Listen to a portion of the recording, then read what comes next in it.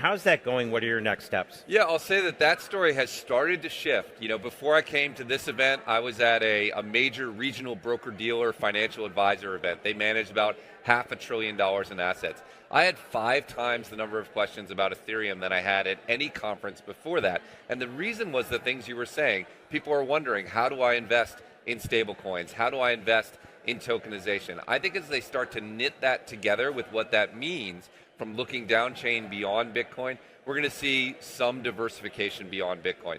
Bitcoin is still king of the hill. It's still going to attract the most flows, but I think people are probably too skeptical on ETH and Solana flows into traditional financial products. I think it's going to hit up, sort of tick up at the end of the year. Do you think people are starting to knit together the use cases of DeFi and what ETH is trying to do? Maybe the stablecoin legislation is a pivot point there, or are people starting to get that? Because the Bitcoin story is pretty locked in.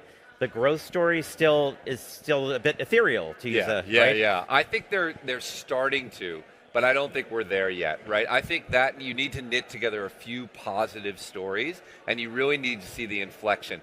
I think if we get stablecoin legislation passed, that'll be the next sort of leg in the stool. I think it'll be helpful. Look, I'm very optimistic for ETH long term. I'm less certain in the intermediate term. I think in the intermediate and short term, the story for Bitcoin is very clear, that demand-supply mismatch. I think ETH has more work to do. But I do think investors are looking at it as maybe almost a value play in crypto. Those aren't words that we use very often. Often the hype exceeds the fundamentals. It may be the case that the fundamentals are exceeding the hype on ETH. That can be interesting for people with, let's say, a 2-year time frame.